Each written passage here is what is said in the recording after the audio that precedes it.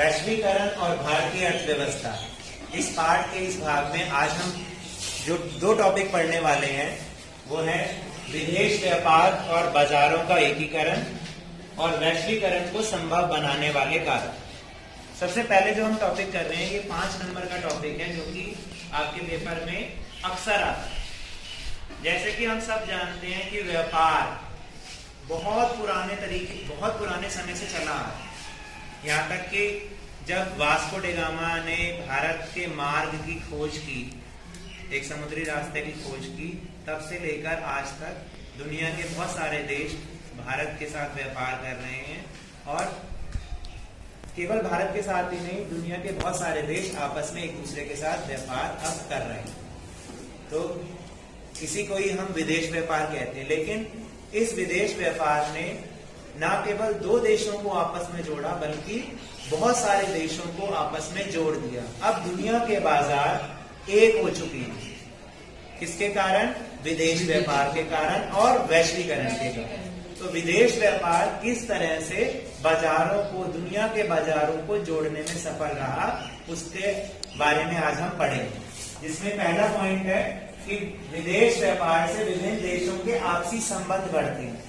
देखिए, जैसे जैसे जब देश आपस में व्यापार करेंगे, एक दूसरे की तरफ हाथ बढ़ाएंगे, तो उनके संबंध, आपसी संबंध भी अच्छे होते जाते हैं। न केवल व्यापार के संबंध में, जैसे कि हमने पहले भी बताया था कि वहां के लोग दूसरे देशों में घूमने जाते हैं या अच्छी शिक्षा प्राप्त करने जाते हैं या फिर अच्छी नौकरी के संबंध में वो जाते हैं। तो इस तरह से उनके आपसी संबंध और अच्छे हो जाते हैं। किससे? विदेश व्यापार से। दूसरा इसका क्या फायदा है कि ये जो विदेश व्यापार है ये अपने देश के जो भी प्रोड्यूसर्स हैं, जो भी उत्पादक हैं, उन्हें एक मौका देता है अपने माल को विदेशों में बेचने का। विदेश व्यापार से सबसे बड़ा फायदा क्या है कि हमारे देश के जो छोटे छोटे उत्पादक हैं उन्हें विदेश में जाने का मौका मिलता है अपना सामान बेचने का। इससे हमारे देश को बहुत ज्यादा फायदा होता है। क्यों फायदा होता है? क्योंकि हमें विदेशी मुद्रा मिलती है। तीसरा इसका फायदा क्या है कि इससे बाजार में वस्तुओं के विकल्प बढ़ जाते हैं। हमने जैसे पहले भी बात की कि वैश्वीकरण और विदेश व्यापार से सबसे बड़ा फायदा ये है कि अब हम जब अपने देश के बाजारों में जाते हैं तो हमें हर कंट्री के ब्रांड्स बहुत आसानी से मिल जाते हैं। अब कोई भी चीज लेने जा रहे हैं, घड़ी लेने जा रहे हैं, कपड़े लेने जा रहे हैं, मोबाइल लेने जा रहे हैं, परफ्यूम लेने जा रहे हैं, कुछ भी चीज, उसके लिए आपको उनके देश में नहीं जाना पड़ता, केवल अपने मार्केट में जाना पड़ता है। अपने देश के बाजार में आप जाइए, आपको सब ब्रांड आराम से मिल जाते हैं। किसके कारण? विदेश व्यापार और वैश्वीकरण। जो चौथा इसका फायदा है वो क्या फायदा है कि बाजारों में एक ही वस्तु का मूल्य समान होने लगता है। पहले क्या होता था? जब अपने देश का माल अपने देश में ही बिक रहा है, तब क्या हो रहा है? उत्पादकों की अपनी मर्जी है, कितने का बेचे, खरीदेंगे कौन? हम लोग ही खरीदेंगे, क्योंकि और कोई हमारे पास ऑप्शन नहीं है ना। जो भी ऑप्शन है बस वही है, वो चाहे घटिया माल बेचे, चाहे महंगा बेचे, सस्ता बेचे, खरीदना हमें पड़ेगा। लेकिन जब से हम विदेश व्यापार करने लगे, हमने अपनी अर्थव्यवस्था को खुला कर दिया, वैश्वीकरण का फैलने लग गया वैश्वीकरण, उसके कारण हमारे अब क्या होता है, चाहे आप कहीं से भी कोई भी वस्तु खरीदें, उसका दाम लगभग समान होता है। क्योंकि जो उत्पादक हैं अगर वो अपनी कीमत को ज्यादा बढ़ा देंगे तो लोग सामान नहीं खरीदेंगे। विदेश व्यापार के कारण बाजार इस तरीके से जुड़ने लगे। आप चाहे कोई चीज यहाँ से खरीदें, चाहे कहीं दूसरी जगह से खरीदें, लगभग आपको उसके रेट ऐसे मिले। और जो 5वां बड़ा फायदा इसका ये है कि विदेश व्यापार से विभिन्न देशों का बाजार आपस में जुड़ा, यानी विदेश व्यापार विभिन्न देशों के बाजारों को जोड़ने में सहायक। अब दुनिया के सारे बाजार एक है। मैंने जैसे उस दिन भी आपको एग्जांपल दिया था कि मुझे अगर किसी देश की कोई चीज मंगवानी है तो मैं ऑनलाइन ऑर्डर करता हूँ, चाहे वो किसी भी देश में हो। जैसे ebay.in, ebay.com एक साइट है जो कि अमेरिका की कंपनी है, eBay, ठीक है। वहां पर आप अमेरिका से कोई भी माल मंगवा सकते हैं। उसके लिए हमें अमेरिका जाने की तो जरूरत नहीं है, अपने घर पे बैठे बैठे ऑर्डर करिए और आपको माल घर पे मिल जाता है। तो ये सब किसके कारण हो रहा है? विदेश व्यापार के कारण और वैश्वीकरण के कारण। तो हमने देखा जैसे चाइनीज वाला है AliExpress.com है, AliExpress पे दुनिया भर का माल मिलता है, आप मंगाइए और अपने घर पर उसको पाइए। तो आज का जो हमने टॉपिक पढ़ा विदेश व्यापार और बाजारों का एकीकरण, किस तरीके से विदेश व्यापार और बाजारों का एकीकरण होगा। वैश्वीकरण के चैप्टर में आज हम पढ़ेंगे वैश्वीकरण को संभव बनाने वाले कारक। इसका मतलब है कि वैश्वीकरण दुनिया में किस तरीके से फैल रहा है, यानी ऐसी क्या चीजें हैं जो वैश्वीकरण को दुनिया में फैला रही हैं। जिसमें सबसे पहला जो कारक है वो है परिवहन तकनीक में सुधार। यानी हम सबको पता है, ये तो हम सब जानते हैं कि परिवहन के बिना तो हम व्यापार कर ही नहीं सकते, लेकिन बहुत पहले तक केवल जहाज। जैसा कि हम सबको पता है कि बिना परिवहन के तो हम व्यापार कर ही नहीं सकते, लेकिन समय के साथ साथ इस परिवहन की तकनीक में जैसे जैसे सुधार हो रहा है, अब हम कम कीमत पर और जल्दी से जल्दी अपने व्यापार को उसके अंजाम तक पहुंचा पाते। जैसे मेरा कहने का मतलब है कि अब इतने हल्के परिवहन आ गए हैं जिससे हम सस्ती कीमत पर अपना माल एक जगह से दूसरी जगह पर पहुंचा सकते हैं। तो इसका मतलब परिवहन की तकनीक में सुधार हुआ, जिससे वैश्वीकरण को फैलने में मदद मिली। जो दूसरा कारक है इसका वो है सूचना और संचार तकनीक। सूचना और संचार तकनीक का मतलब है कि पहले हमें अपना लेटर लिख के हम बिजनेस करते थे, वो लेटर कब पहुंच रहा है कब नहीं पहुंच रहा।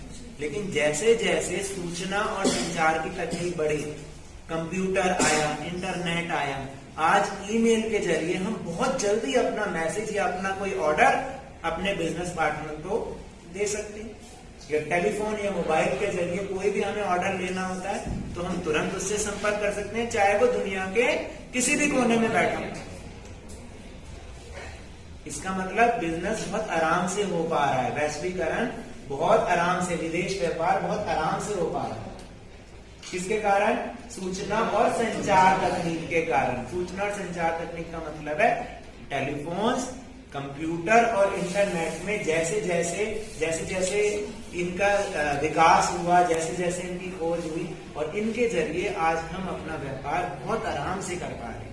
चाहे हम दुनिया के किसी भी कोने में बैठे हो, अमेरिका में बैठे हो, या हमारा कोई बिजनेस पार्टनर ऑस्ट्रेलिया में हो, फ्रांस में हो, इंग्लैंड में, लेकिन हम आराम से उसके साथ व्यापार कर सकते हैं। और ये चीज वैश्वीकरण को बढ़ाने में मदद दे रही है। जो तीसरा पॉइंट है वो है विदेश व्यापार और विदेशी निवेश का उदारीकरण। इसमें दो पॉइंट शामिल हैं। विदेश व्यापार का मतलब है जैसे जैसे हम विदेशों के साथ व्यापार कर रहे हैं, हमारे संबंध विदेशों के साथ और बढ़ रहे हैं। और संबंध बढ़ना, देशों के साथ जुड़ना, इसको क्या कहते हैं? वैश्वीकरण। तो वैश्वीकरण को फैलाने में विदेश व्यापार बहुत ज्यादा प्रमुख भूमिका निभा रहा है। इसके साथ जो पॉइंट जुड़ा है विदेशी निवेश, इस पर ध्यान देने की जरूरत है। विदेशी निवेश, विदेशी निवेश का मतलब है हम अपना पैसा विदेश में निवेश नहीं करेंगे। जो बाहर की कंपनी आके हमारे देश में पैसा लगाती है उसको हम कहते हैं विदेशी निवेश। याद रहेगा, क्योंकि कई बच्चों से मैं पूछता हूँ विदेशी निवेश किसे कहते हैं, तो बच्चे कहते हैं कि सर हम जो अपना पैसा बाहर लगाते हैं उसको विदेशी निवेश कहते हैं। जब कोई बाहर देश की कंपनी आके हमारे देश में पैसा लगाती है उसको हम विदेशी निवेश कहते हैं। और दूसरा शब्द इसमें जुड़ा है उदारीकरण। उदारीकरण का मतलब हमें दिल से उसका स्वागत करना है, उसके रास्ते में जो भी मुश्किलें आए उसे हटाना है, ताकि वो हमारे देश में आके अपनी कंपनी लगाए, हमारे देश में आके अपना व्यापार करें। इसके लिए 1991 में एक नई आर्थिक नीति आई। क्या आई? नई आर्थिक नीति आई जिसमें हमारे देश की अर्थव्यवस्था को खुली अर्थव्यवस्था बनाती है और सभी देशों को आमंत्रित किया गया कि आप आए और हमारे देश में व्यापार करें। लेकिन इसके लिए सरकार ने उन्हें कई छूट दी, कई रियायतें दे दी। भाई हम किसी को रियायत देंगे, कुछ फैसिलिटी देंगे, सुविधा देंगे, जब तो वो हमारे देश में आएगा। अगर हम उसको कहते हैं कि भाई आ जा और हम तेरे से खूब सारा लाइसेंस फीस लेंगे, तेरे से खूब सारा टैक्स लेंगे और तुम्हें जमीन भी महंगी देंगे, तुम्हें लेबर भी महंगी देंगे, कोई आएगा? कोई नहीं आएगा, भाग जाएंगे, पहले भाग जाएंगे। इसलिए सरकार ने क्या किया कि इनके लिए विशेष आर्थिक क्षेत्र बनाए, इन कंपनियों को अपनी तरफ आकर्षित करने के लिए। कल मैंने समझाया था, विशेष आर्थिक क्षेत्र बनाए। विशेष आर्थिक क्षेत्र में जो भी कंपनियां लगती हैं उन्हें 5 साल तक कोई टैक्स नहीं देना पड़ता। उन्हें वर्ल्ड क्लास फैसिलिटीज दी जाती है, जैसे 24 घंटे बिजली, पानी, सड़कें, स्कूल, अस्पताल, जो भी चीजें उनको फैसिलिटी चाहिए वो उनको उस क्षेत्र में दी जाती है, ताकि वो आके अपनी कंपनी लगाएं और वहां पर उस कंपनियों में जो लोग काम करते हैं उनको ये फैसिलिटी मिल पाए। यहाँ तक कि सरकार ने जो आयात पर शुल्क लगाते हैं, जैसे बाहर की कोई चीज हमारे यहाँ बिकने के लिए आती है तो सरकार टैक्स लगा देती है, उसको बोलते हैं इम्पोर्ट टैक्स, तो सरकार ने उसको भी हटा दिया। ये सारी चीजें क्या हैं जो व्यापार में मुश्किलें पैदा करती हैं, उन्हें हम कहते हैं व्यापार अवरोधक। जब हम व्यापार अवरोधकों को हटा देते हैं तो उसे ही हम बोलते हैं उदारीकरण। उदारीकरण का मतलब है व्यापार में आने वाली मुश्किलों को हटा देना। अवरोधक का मतलब जो चीज मुश्किलें पैदा करे, ठीक है। तो व्यापार अवरोधक को जब हटा दिया जाता है सरकार के द्वारा तो हम इसको बोलते हैं उदारीकरण। तो जब विदेशी निवेश का उदारीकरण का मतलब यही हुआ कि विदेश की कंपनियों को अपने यहाँ व्यापार करने के लिए उनके रास्ते में जो भी मुश्किलें आए, जो भी अवरोधक आए, उन्हें हटा देना, इसको हम उदारीकरण कहते हैं। तो जब ये तीनों चीजें होती है, जैसे परिवहन की तकनीक में सुधार हो गया, सूचना और संचार तकनीक विकसित हुई, बहुत उसका विकास हुआ, इंटरनेट का, मोबाइल का और कंप्यूटर का, और हमारे देश की सरकार ने बाहर की विदेशी कंपनियों के लिए उदारीकरण की नीति अपनाई, उन्हें बहुत सारी छूट दी और उसके रास्ते में जो भी व्यापार अवरोधक आए उन्हें हटा दिया। इस कारण से वैश्वीकरण फैलने में बहुत मदद मिली।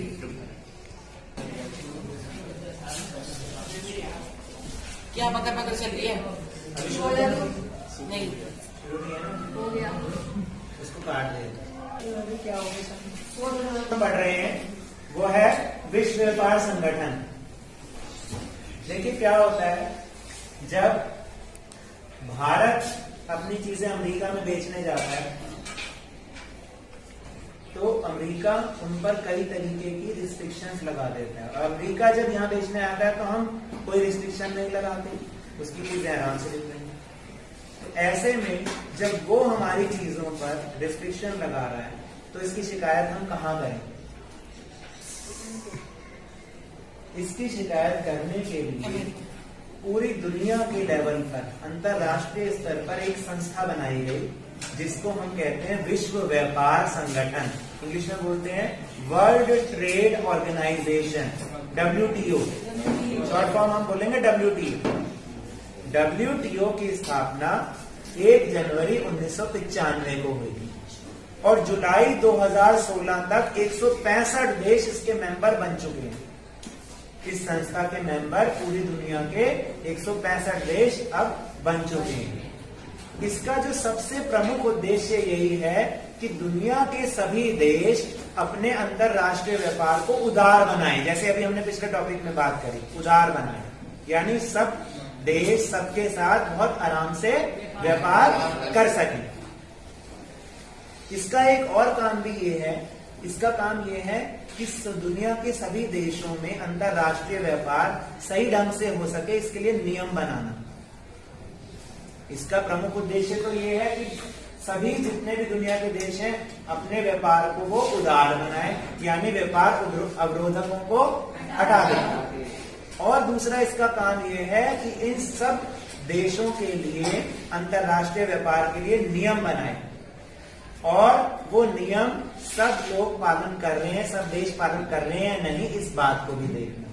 तो पेपर में कई बार क्वेश्चन आ जाता है कि विश्व व्यापार संगठन के क्या काम है।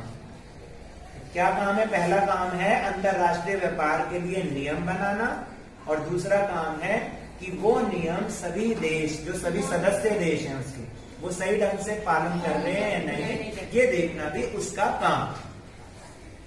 ये विश्व व्यापार संगठन, फिर से हम बताते हैं, विश्व व्यापार संगठन अंतरराष्ट्रीय स्तर पर एक संस्था है जो कि ये चाहती है कि दुनिया के सभी देश अंतरराष्ट्रीय व्यापार को उदार बनाएं।